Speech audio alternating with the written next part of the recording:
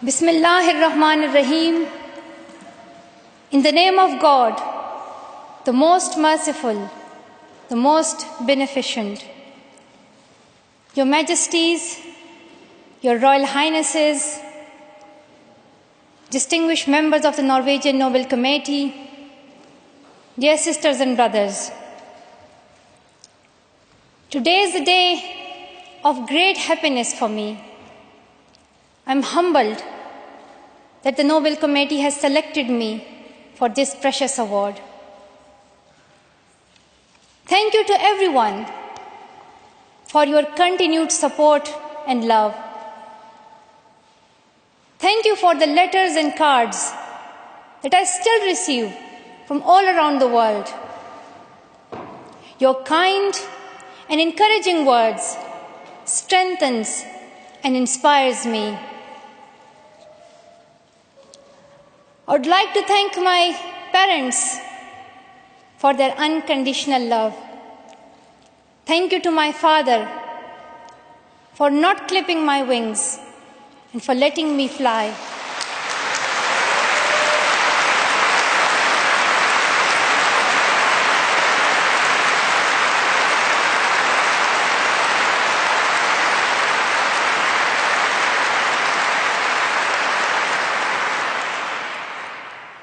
Thank you to my mother for inspiring me to be patient and to always speak the truth, which we strongly believe is the true message of Islam. And also, thank you to all my wonderful teachers who inspired me to believe in myself and be brave. I'm proud. Well, in fact, I'm very proud to be the first Pashtun, the first Pakistani, and the youngest person to receive this award.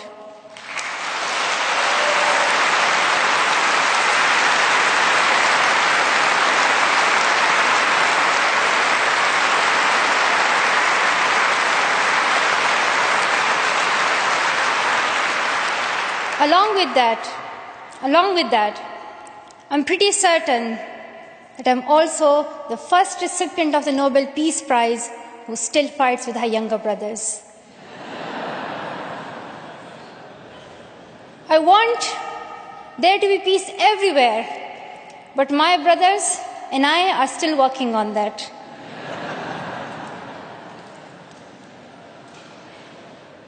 I'm also honored to receive this award together with Kailash Satyarthi, who has been a champion for children's rights for a long time, twice as long, in fact, than I have been alive. I'm proud that we can work together. We can work together and show the world that an Indian and a Pakistani, they can work together and achieve their goals of children's rights.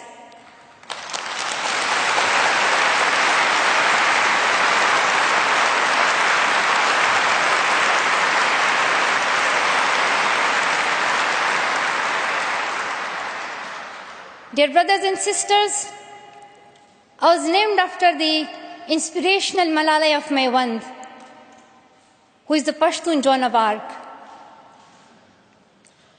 The word Malala means grief-stricken, sad. But in order to lend some happiness to it, my grandfather would always call me Malala, the happiest girl in the world. And today, I'm very happy that we are together fighting for an important cause. This award is not just for me. It is for those forgotten children who want education. It is for those frightened children who want peace. It is for those voiceless children who want change.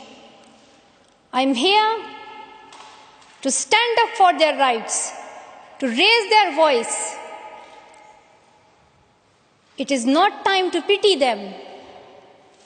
It is not time to pity them. It is time to take action. So it becomes the last time. The last time. So it becomes the last time that we see a child deprived of education.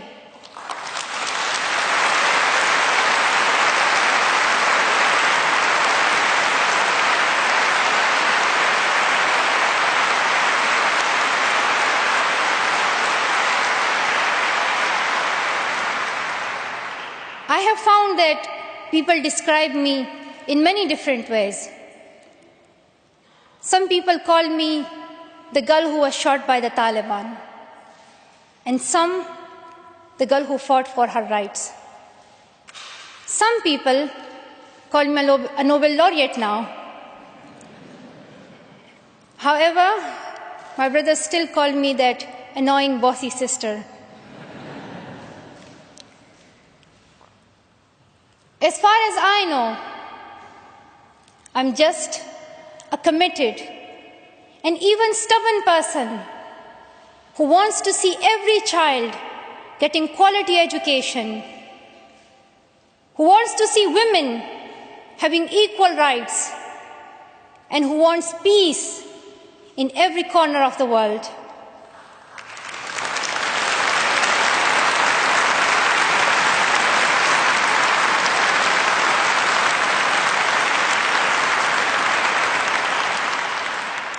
Education is one of the blessings of life and one of its necessities. That has been my experience during the 17 years of my life. In my paradise home, Swat, I always loved learning and discovering new things. I remember when my friends and I would decorate our hands with henna on special occasions. And instead of drawing flowers and patrons, we would paint our hands with mathematical formulas and equations. We had a thirst for education. We had a thirst for education because our future was right there in that classroom. We would sit and learn and read together. We loved to wear neat and tidy school uniforms. And we would sit there with big dreams in our eyes. We wanted to make our parents proud and prove that we could also excel in our studies and achieve those goals which some people think only boys can. But things did not remain the same. When I was in Swat,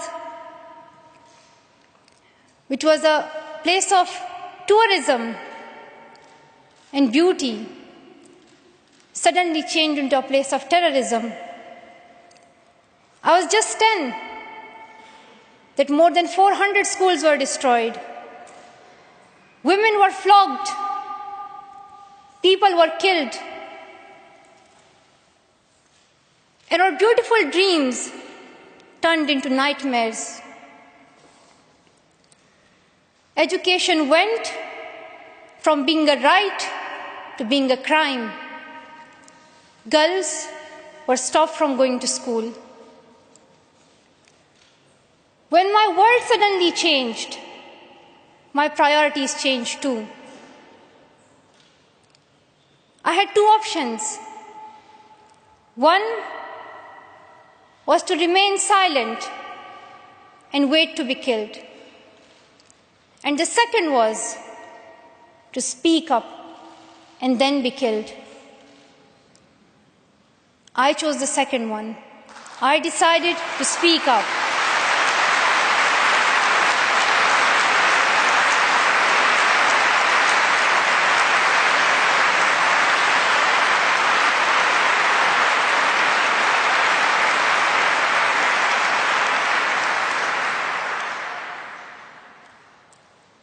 We could not just stand by and see those injustices of the terrorists, denying our rights, ruthlessly killing people, and misusing the name of Islam, we decided to raise our voice and tell them,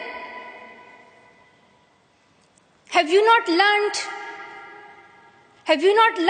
that in the Holy Quran Allah says, if you kill one person, it is as if you kill the whole humanity?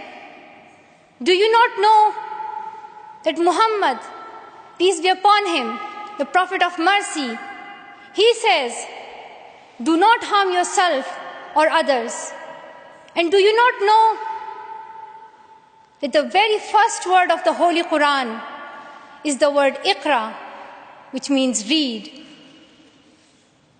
The terrorists tried to stop us and attacked me and my friends who are here today on our school bus in 2012. But neither their ideas nor their bullets could win. We survived. And since that day, our voices have grown louder and louder.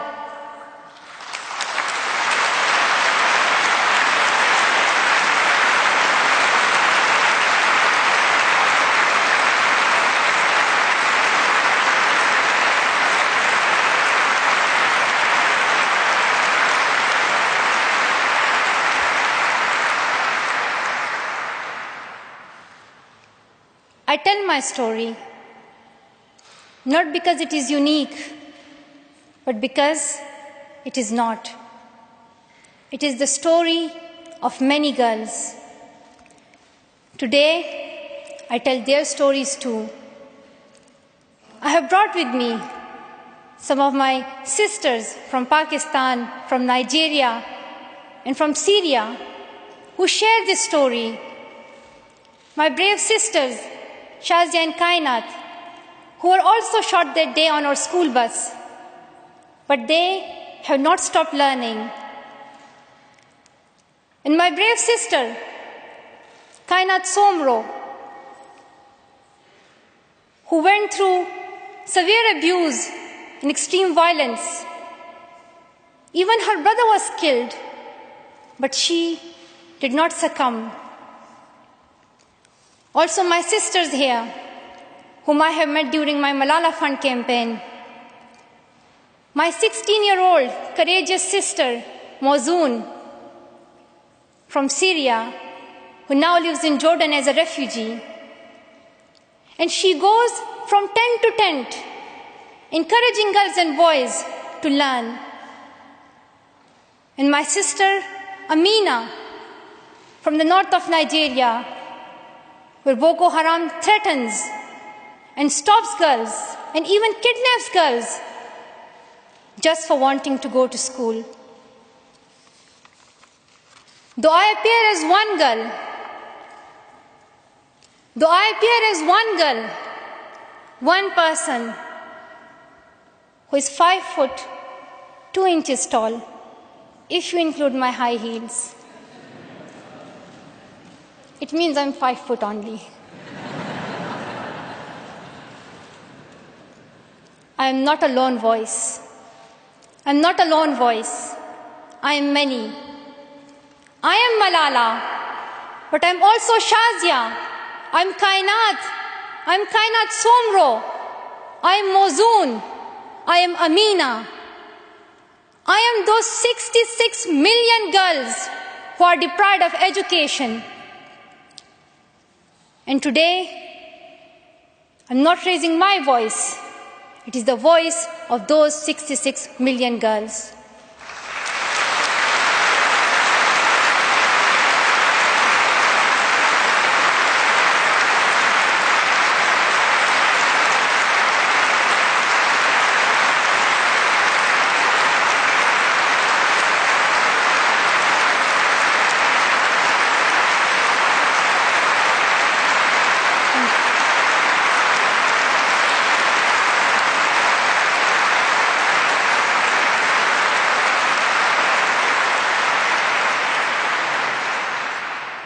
Sometimes people like to ask me, Why should girls go to school?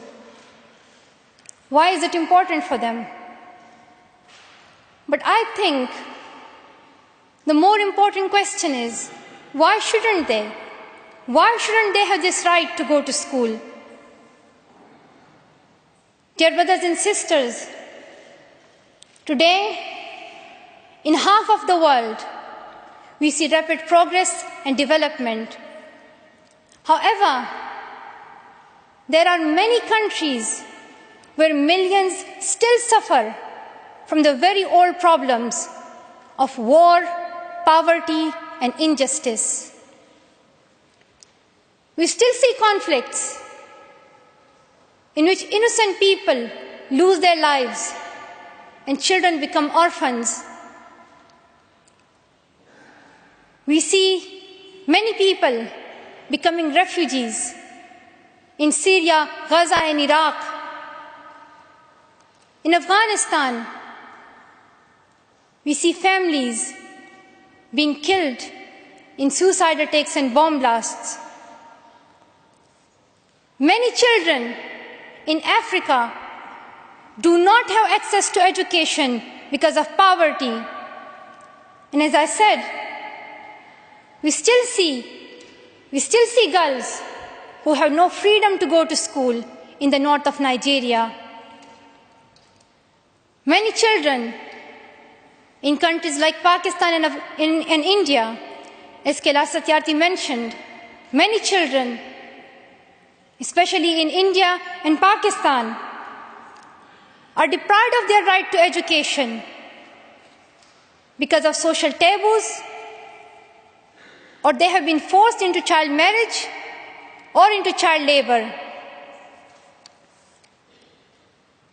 One of my very good school friends, the same age as me, who has always been bold and confident girl,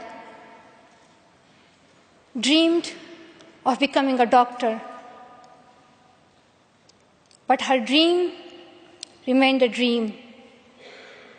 At the age of 12, she was forced to get married. And then soon, she had a son. She had a child when she herself was a child, only 14. I know that she could have been a very good doctor, but she couldn't because she was a girl. Her story is why I dedicate the Nobel Peace Prize money to the Malala Fund to help give girls quality education everywhere, anywhere in the world, and to raise their voices. The first place this funding will go to is where my heart is, to build schools in Pakistan, especially in my home of Swat and Shangla.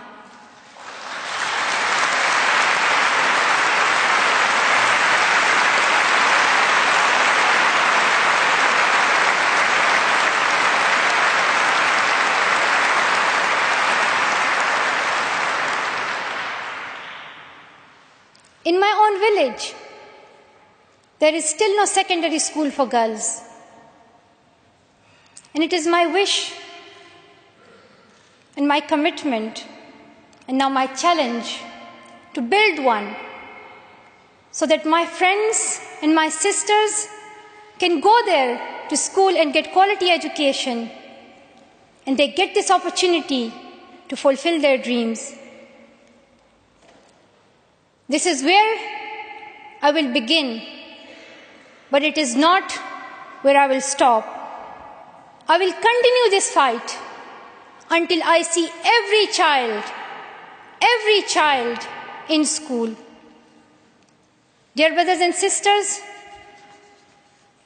great people who brought change, like Martin Luther King and Nelson Mandela, Mother Teresa and Aung San Suu Kyi, once stood here on this stage. I hope the steps that Kailash Satyarthi and I have taken so far and will take on this journey will also bring change, lasting change.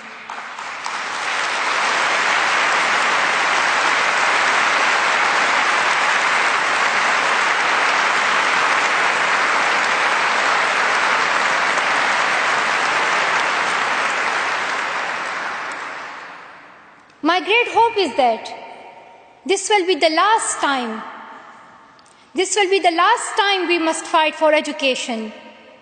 Let's solve this once and for all. We have already taken many steps. Now it is time to take a leap. It is not time to tell the world leaders to realize how important education is. They already know it. Their own children are in good schools. Now it is time to call them to take action for the rest of the world's children. We ask the world leaders to unite and make education their top priority. 15 years ago, the world leaders decided on a set of global goals, the Millennium Development Goals. In the years that have followed, we have seen some progress. The number of children out of school has been halved, as Kailash Satyarthi said. However, the world focused only on primary education, and progress did not reach everyone. In year 2015, representatives from all around the world will meet in the United Nations to set the next set of goals, the Sustainable Development Goals. This will set the world's ambition for the next generations. The world can no longer accept that basic education is enough. Why do leaders accept that for children in developing countries, only basic literacy is sufficient when their own children do homework in algebra, mathematics, science, and physics?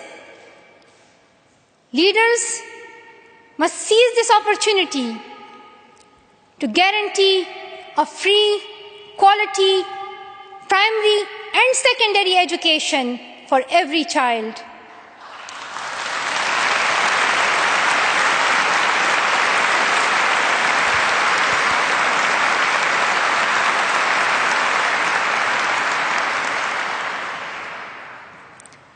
Some will say this is impractical, or too expensive, or too hard, or maybe even impossible. But it is time the world thinks bigger. Dear sisters and brothers, the so-called world of adults may understand it, but we children don't. Why is it that countries which we call strong are so powerful in creating wars, but are so weak in bringing peace? Why is it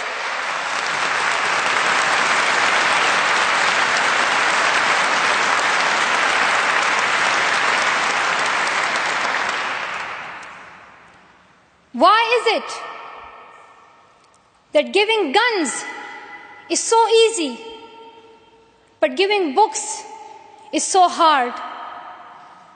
Why is it that making tanks is so easy, but building schools is so hard? We are living in the modern age, and we believe that nothing is impossible. We have reached the moon 45 years ago, and maybe we'll soon land on Mars. Then, in this 21st century, we must be able to give every child quality education.